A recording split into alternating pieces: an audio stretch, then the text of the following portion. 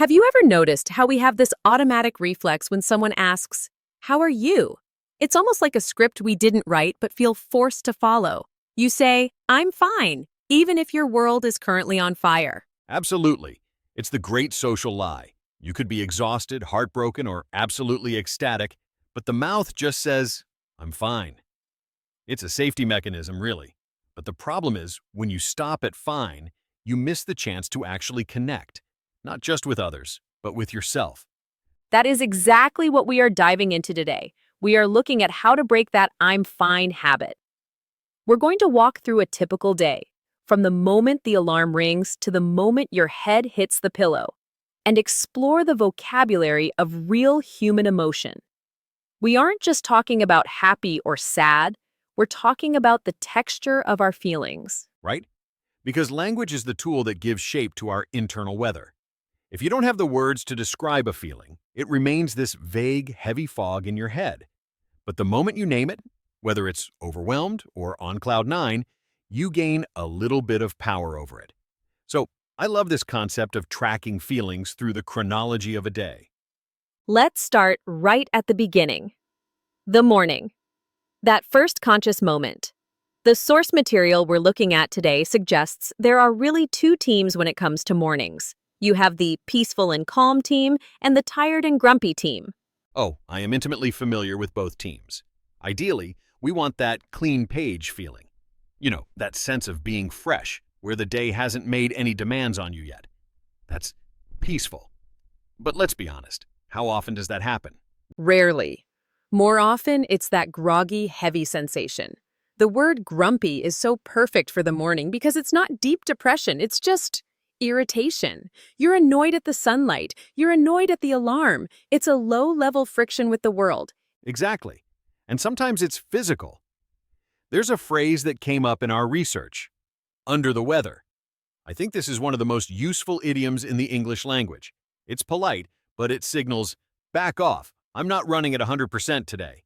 It is useful. It covers everything from a headache to the start of a flu. But what about when the feeling isn't sickness, but anticipation? That jittery feeling before a big presentation or a first date. Ah, the butterflies in your stomach. That is such a visceral image. It's that fluttery, nervous energy. What's fascinating about that phrase is that it sits right on the border between fear and excitement. You can have butterflies because you're terrified or because you're thrilled. Usually it's a mix of both. That's a great point. It's physiological arousal, and your brain just has to decide if it's good or bad. So, we've moved past the morning. We've had our coffee, the butterflies have settled or taken flight, and now we are in the thick of the day. This is where the intensity ramps up. The midday grind. This is where the vocabulary of stress becomes essential. The two big descriptors here are stressed and busy, but those are a bit generic. We need more precision. One concept that really resonates is being on edge. On edge. It sounds precarious, like you are physically standing on a cliff. That's the metaphor. When you are on edge, your nervous system is hypersensitive. It implies that you have no buffer left. A slow internet connection, a dropped pen, a slightly rude email, normally these are small things. But when you are on edge, they feel like catastrophes. It's that feeling that you are about to snap. And if you stay on that edge for too long, without a break, that leads to the heavier, more dangerous states. We're talking about being overwhelmed, or even worse, burned out. These are distinct, too. Overwhelmed is about volume. Imagine a giant wave crashing over you. You are small, the tasks are big, you're drowning in to-do lists. That's overwhelmed. But burned out, that's different. That's not about having too much to do, it's about having no fuel left to do it. I like the candle analogy for that. You've burned the wick all the way down. There is no flame. It's a state of total emotional and physical emptiness. Precisely. And in a professional context, knowing the difference is vital. If you tell your boss, "I'm overwhelmed," you're saying, "I need help with prioritization." If you say, "I'm burned out," you're saying, "I need a medical leave." The vocabulary dictates the solution. That is a profound distinction. But let's not paint the workday as entirely tragic. It's not just stress and burnout. There are peaks too. What about when you actually crush that presentation? Then we get to use proud. It's a simple word, but we don't use it enough. It's that internal solidity, knowing you did something difficult and you did it well. And often our feelings during the day aren't pure. They're complex. We have mixed feelings. Mixed feelings is such a realistic category, like getting a promotion but realizing it means longer hours. You're happy, but you're hesitant. Exactly. Life is rarely black and white. It's usually gray. Being able to say, I have mixed feelings about this, is a sign of emotional maturity. It shows you can hold two opposing truths in your head at the same time. And then there's fed up. That's a fun one. It feels very final. Fed up is the breaking point. It's when patience has left the building. You aren't just annoyed, you are done.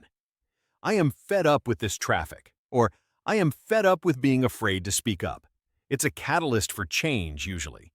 So, the workday ends. The sun goes down, the laptop closes. We move into the evening. This is interesting because the external noise quiets down, which often means the internal noise gets louder. That's the paradox of the evening. It acts as a magnifier. If you are happy, the evening feels cozy and relaxed. You're safe, unwinding, maybe reading a book. But if you're struggling, the evening can feel incredibly lonely. Let's look at the darker side first. We have the phrase, down in the dumps. It sounds almost cartoonish, but the feeling is very real. It is. Down in the dumps is a slump. It's not necessarily a clinical depression, but it's a low mood where everything feels heavy and gray. You don't want to talk, you don't want to move. You're just down. And then there's the extreme version of sadness, usually reserved for relationships or major losses. Heartbroken. It broke my heart.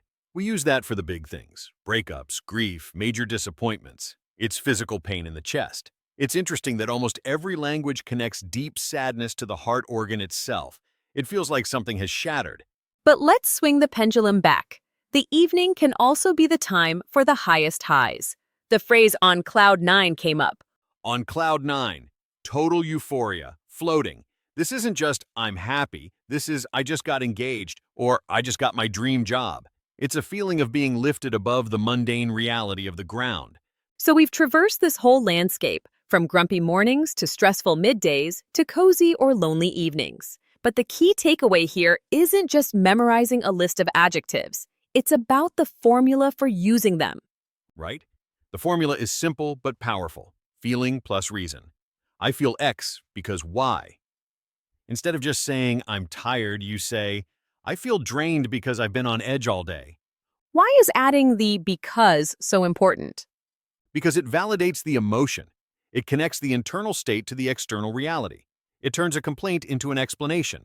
When you identify the reason, you often find the solution. If I'm tired because I didn't sleep, I need a nap. If I'm tired because I'm bored, I need a challenge. The because is diagnostic. That's brilliant. It turns language practice into a form of therapy. You're not just learning English, you're learning yourself. Exactly. And for our listeners, or anyone trying to learn a language, this is the sweet spot. It's B1 level English, intermediate, which means the grammar isn't terrifying, but the content is deep.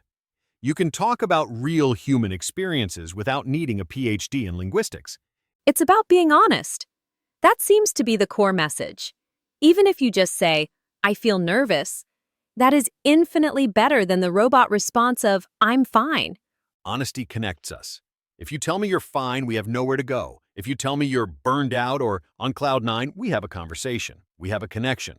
So, as we wrap up this emotional tour, what is the one thing you want people to take away from this?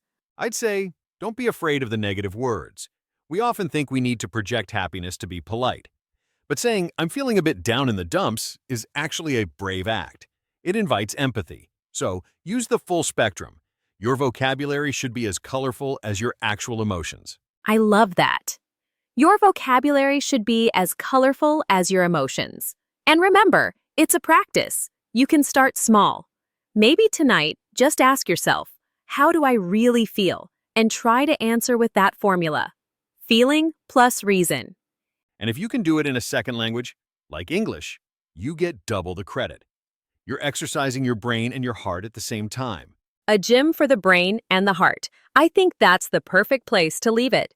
Thank you for walking through this day with us. It was a pleasure. Until next time, take care of your feelings and keep talking about them. Goodbye.